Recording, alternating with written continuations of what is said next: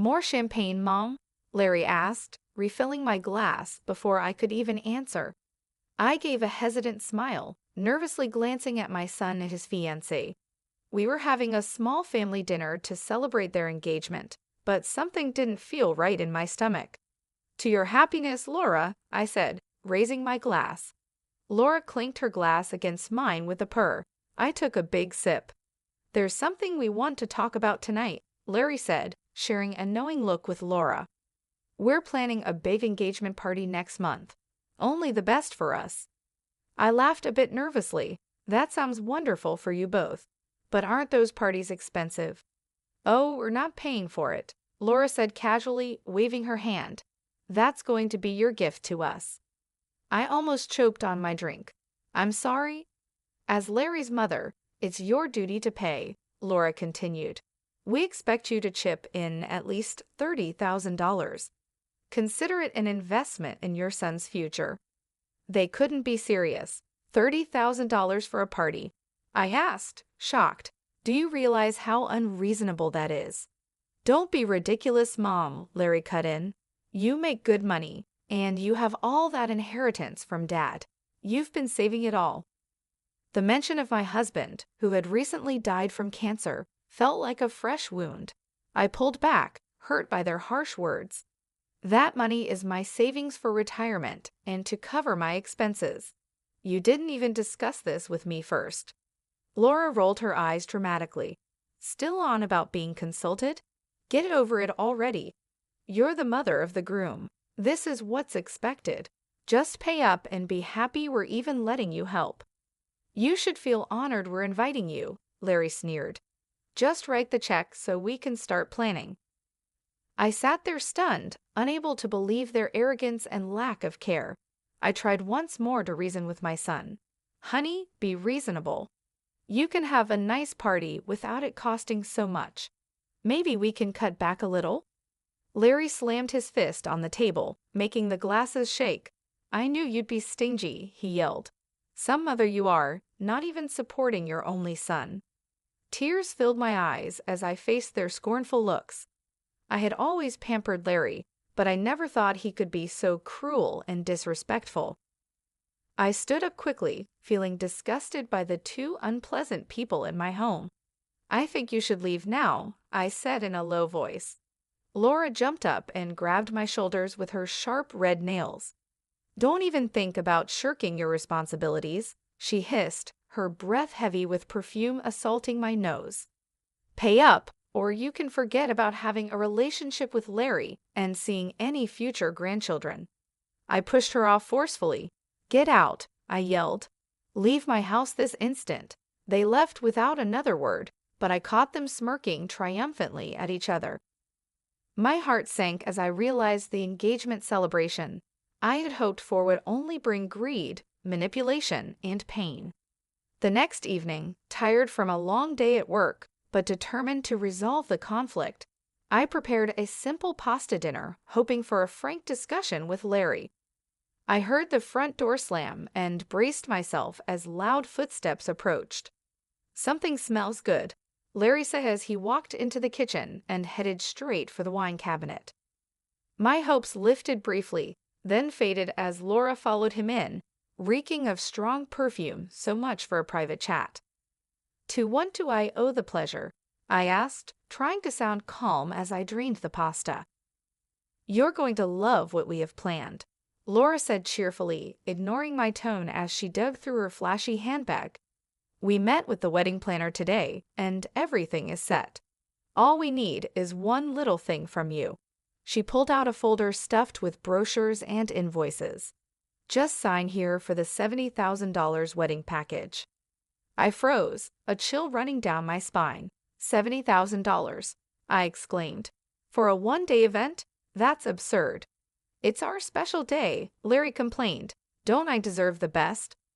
I tried to appeal to his better nature. Son, be reasonable. Let's have a small, meaningful ceremony instead of this extravagance. Laura slammed the folder down. You clueless fool.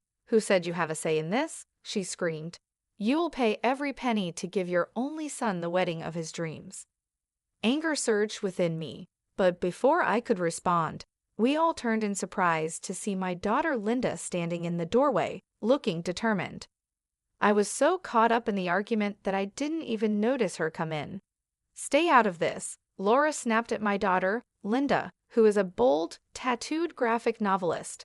"This doesn't concern you." "The hell it doesn't," Linda shot back. "You don't talk to my mother like that." She walked over and stood next to me protectively. Normally, I might have been a bit upset by her stepping in. I've always tried to be the strong, independent head of our family. But right then, I was grateful for her support. Larry threw his hands up dramatically. "I ask for one simple wedding, and my whole family turns against me." He pointed at Linda. "This is all your fault. You're filling Mom's head with crazy ideas. She owes me this money and her loyalty." Linda crossed her arms. "Mom owes you nothing but basic respect, which you clearly can't give back," she said. "She raised you all by herself after Dad died, working hard to give you every chance in life. And this is how you thank her? By using her?" Larry had no comeback, just mumbled under his breath. Linda turned to me, holding my hand firmly. "Stay strong, Mom. Set your limits and demand the respect you deserve. I'm here for you." Feeling a surge of relief, my doubts washed away by my daughter's firm support, I stood up taller.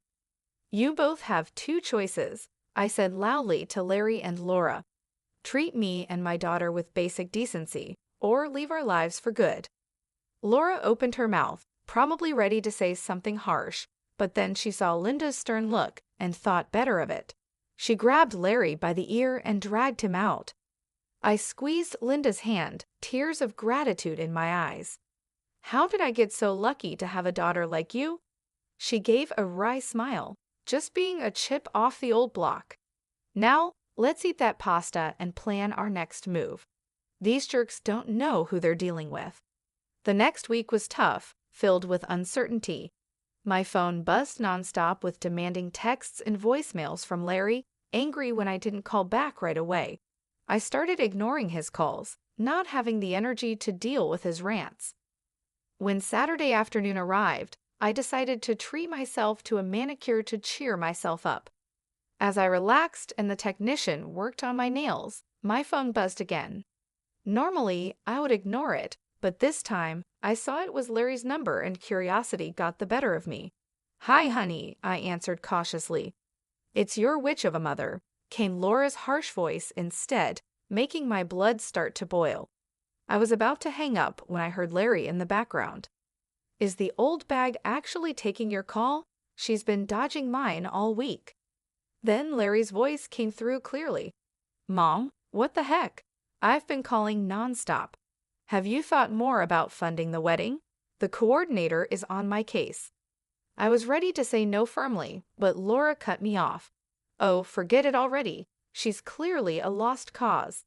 I heard a slap, like she swatted his arm. "Your mother is a selfish old prune. Once we're married, we'll change all the account passwords so she can't touch our money."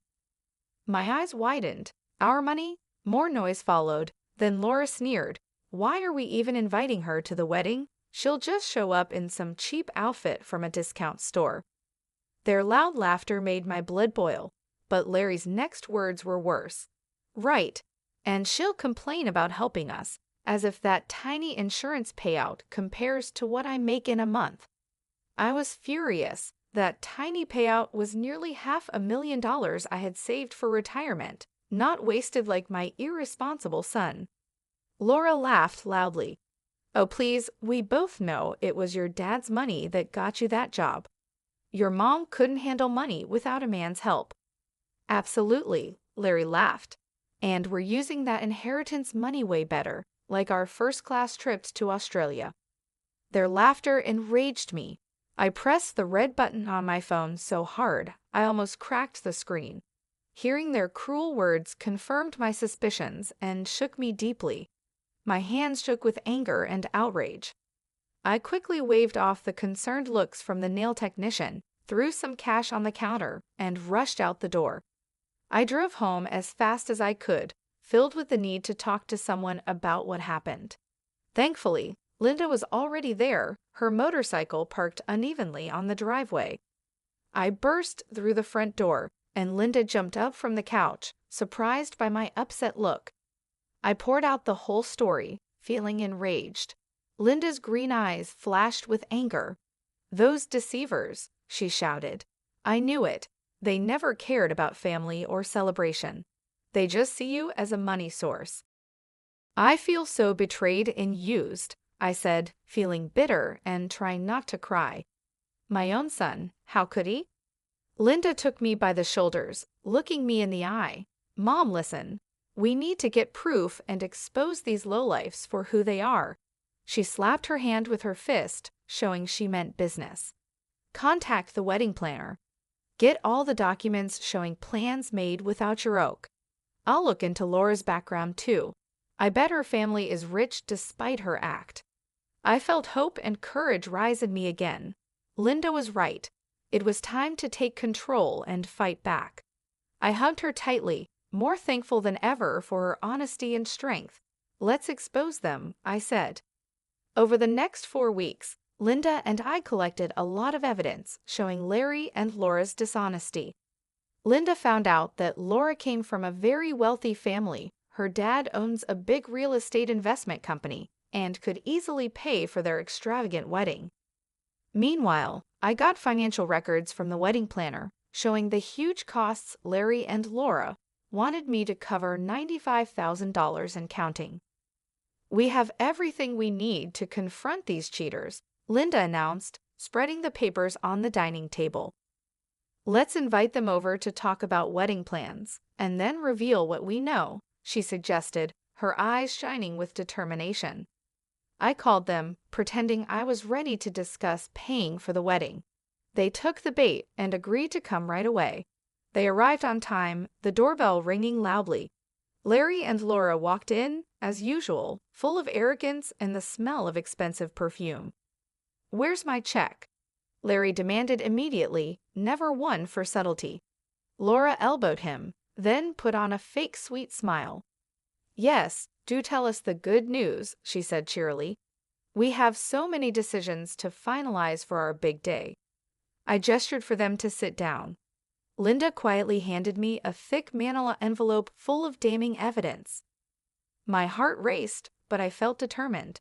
I clasped my hands tightly on the table. "Before we discuss any more plans, I have some concerns," I said. I pulled the papers from the envelope and spread them out in front of me. According to the wedding planner, the current expenses total $95,000. "Can you explain this?" I asked.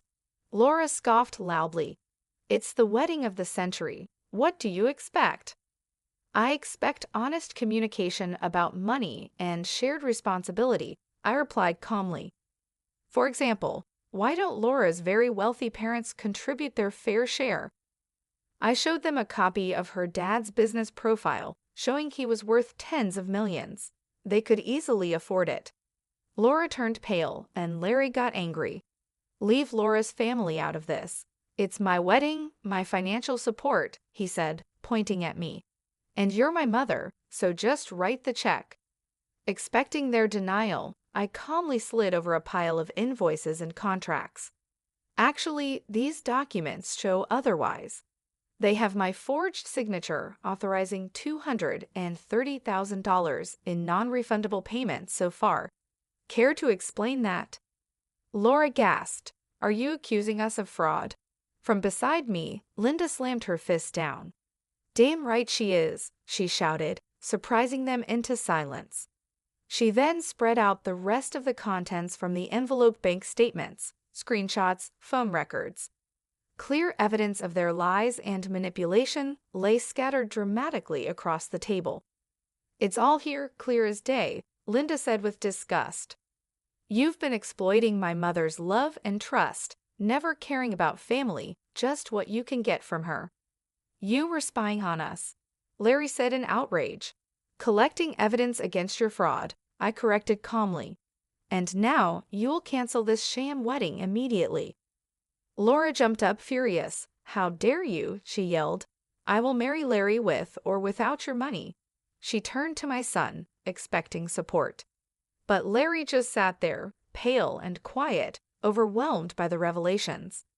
Finally, Laura rolled her eyes. "Your spineless mama's boy," she muttered, grabbed her flashy handbag and stormed out. At the doorway, she turned to give one last angry look. "You'll regret this," she hissed. "We won't forget." Then she left in a huff, the smell of her perfume lingering in the air. I looked straight at my shaken son. "Nor will we," I said quietly. "Now leave." He got up quickly, but before he left, he mumbled a soft yet clear threat: "I'll make you pay for this." The day I had dreaded finally arrived: Larry and Laura's lavish wedding. Despite our previous confrontation, they went ahead with their extravagant plans, using even more of the retirement money I had put in Larry's accounts. So there I sat, a reluctant participant in their over-the-top wedding.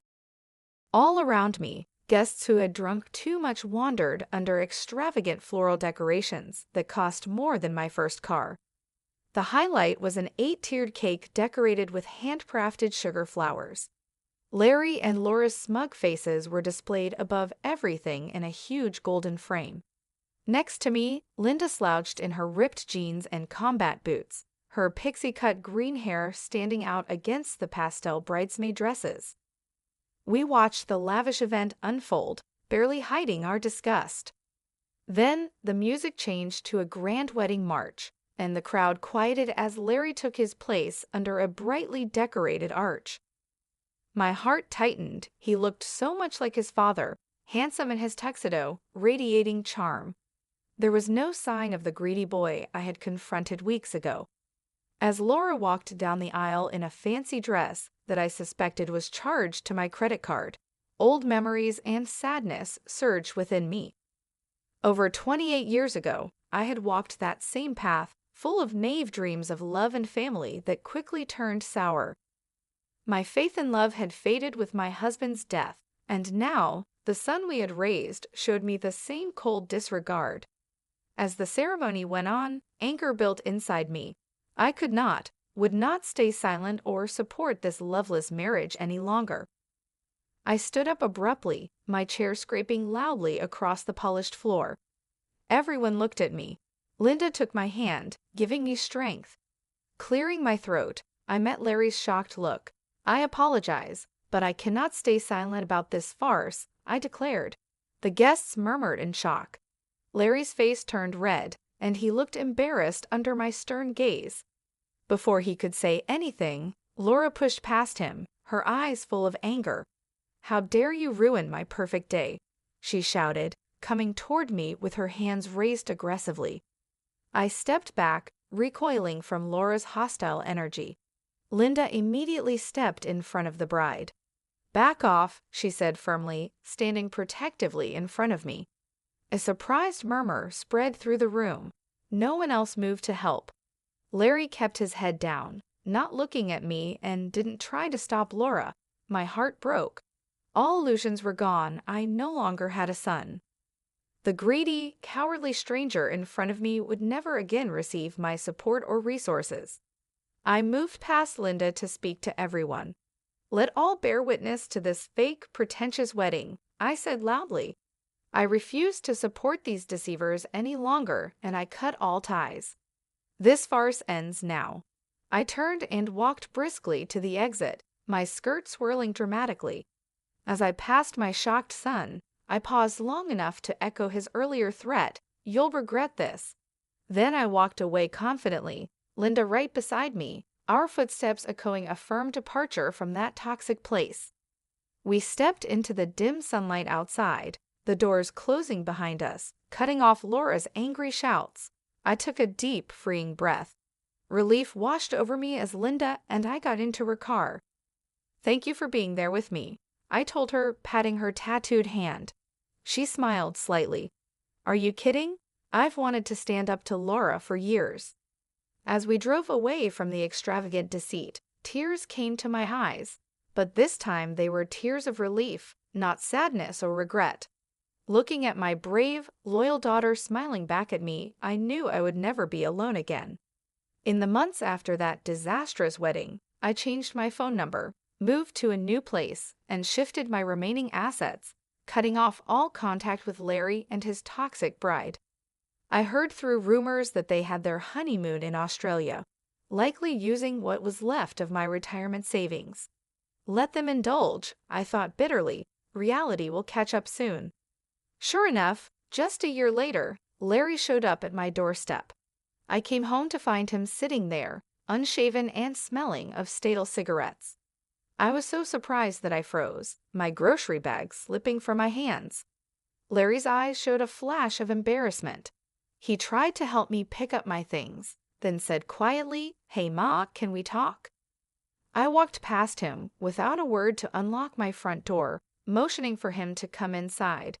He lingered awkwardly as I slowly put away the groceries, steeling myself before finally speaking. "What do you want?" I asked bluntly. Larry cleared his throat. "I need your help, just temporarily," he quickly added, as if that made his request any less bold. "I'm between jobs right now, and Laura is upset because I can't cover her expenses." "Absolutely not," I said sharply, cutting off his rambling. I crossed my arms, feeling both anger and satisfaction. "You made this mess, now deal with it." Larry looked shocked, not used to such a direct denial. "Come on, Ma, I'm really struggling here. Can't you lend me a few thousand? I'll pay you back, I swear." I stood firm, unmoving. "You never planned to pay me back the first time you emptied my accounts," I reminded him coldly. "Why should I believe you now?" He blushed. "I was wrong before, okay, but I'm still your son." With a swift motion of my hand, I cut him off. "You lost that privilege long ago. I have no son," I declared, pointing at him. "Now you face the consequences. Get out." He tried to speak, but no words came out against my firm disgust. With drooping shoulders, Larry left my house and my life once again. It was about time he experienced the reality of his actions. I locked the door quickly, feeling a rush of vindication before any pity or regret could set in. There was no forgiving someone who repeatedly betrayed me. Larry's pitiful state was proof that karma was catching up with him. I later heard that his fancy tech startup had failed within a year, and my business contacts had shunned him. No investor wanted anything to do with his dubious schemes. Meanwhile, Laura returned to her wealthy father after too many arguments over unpaid bills. The last I heard, she was planning to divorce Larry and was involved with a wealthy older man in San Remo. That night, Linda and I toasted to their misfortunes over cocktails, laughing about the rumors that Larry was now working in fast food under a fake name. "Karma's a harsh one," Linda said, raising her glass. "Here's to it continuing to bite those who deserve it." I happily clanked my glass against Linda's. "No truer words have been spoken," I agreed. Over the next year and a half, Linda's career took off. More and more high-profile clients wanted her unique tattoo designs and graphic novels. She even got a book deal for her bold memoir about our family struggles, which was creating a buzz before it even hit the shelves. Behind the scenes, Linda trusted me with her growing finances. At her request, I used my years of experience to secure trademarks, negotiate publishing rights, and maximize her profits. I was so proud to see her passions thrive with my help. Linda started appearing in trendy fashion magazines and was featured in popular graphic anthologies. She bought a stylish loft downtown, which served as her business hub and showcased the impressive views she had earned with her talent. To celebrate Linda's success, I planned a small party at her chic new place. It would mark her as a true artistic force and independent businesswoman. Linda welcomed the guests with a bit of nervousness, so I reassured her as I adjusted her blazer. "Just be yourself. Everyone here already loves you." Soon, the loft was filled with Linda's creative friends, including daring writers, top publishers, edgy photographers, and even some famous faces from her celebrity clients, all there to celebrate their favorite artist. My heart swelled with pride hearing such influential people praise my daughter. This was the kind of launch party Larry could only dream of. 3 years ago, Our family name was damaged by selfish actions, but now, thanks to Linda's hard work, we had gained respect and admiration at the highest levels of the art world. Late in the evening, I joined Linda on the balcony, looking out over the city lights. She squeezed my hand. "None of this would have been possible without you, Mom. You believed in me when no one else did, and fought for me. I'll always owe you." I hugged her, holding my champagne flute. "Nonsense, my brave girl. Your success is all because of your talent and vision. I just handled the business side so you could focus on creating." Linda smiled.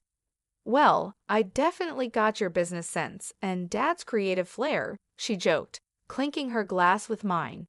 "Here's to us, beating the odds and staying strong together."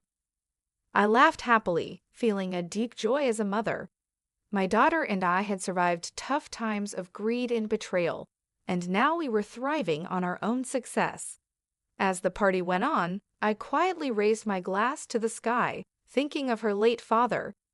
We had indeed created a wonderful legacy, one built on integrity, courage, and hard work, not entitlement or manipulation. This legacy stood as a shining example to others, making the likes of Larry envious for years to come. Over the next 3 years, Linda's career continued to rise brilliantly. Meanwhile, I heard through the grapevine that Larry was struggling with obscurity and growing debt. His extravagant lifestyle hung on until his credit ran out and everything fell apart. Occasionally, I'd hear about Larry in the gossip columns, from Laura's very public affair to him getting fired from a car dealership for missing payments.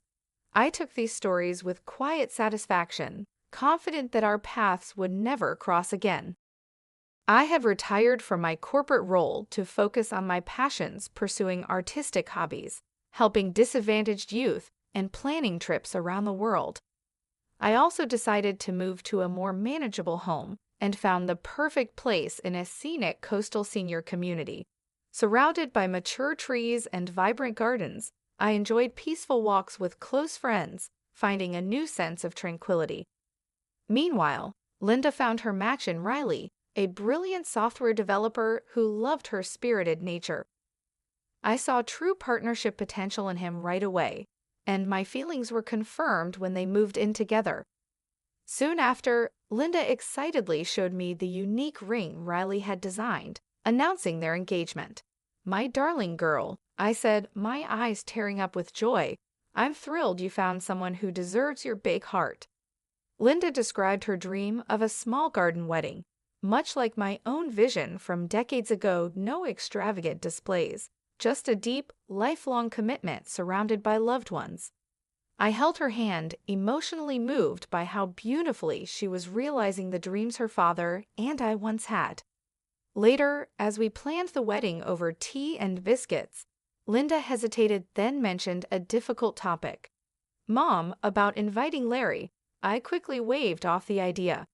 "Let's not ruin your special day by bringing him into it," I said firmly. Linda looked conflicted. "I just can't help but feel sorry for him, you know. He's clearly a mess, but he's still family even if he doesn't deserve it." "I wonder if including him would be the right thing," Linda said, trailing off, unsure. Seeing my daughter's compassion, even for someone who hadn't shown her the same, I patted her hand reassuringly. "You shouldn't have to compromise your kindness. If it eases your mind to show Larry some small mercy, I can handle his presence just this once." Linda exhaled in relief and squeezed my hand, thankful. "You're the best, Mom. I knew you'd understand." Our sentimental moment was suddenly interrupted by my ringing cell phone. I was surprised to see Larry's name flash across the screen. It had been months since his last call, a desperate plea for money. With a grim face, I silenced the call. "Speak of the devil," I remarked. Linda shook her head. "He never stops trying to come back in. But don't worry, Mom. After the wedding, you'll never have to deal with his mess again." I smiled at Linda's protective words. She was right. It was time to stop listening to Larry's self-pitying attempts. I now had everything I needed right here, in a peaceful life surrounded by people who nurtured my spirit. No remnants from a toxic past could change that. I patted Linda's hand firmly. Onwards and upwards, my dear. Now, tell me more about those lovely flower arrangements.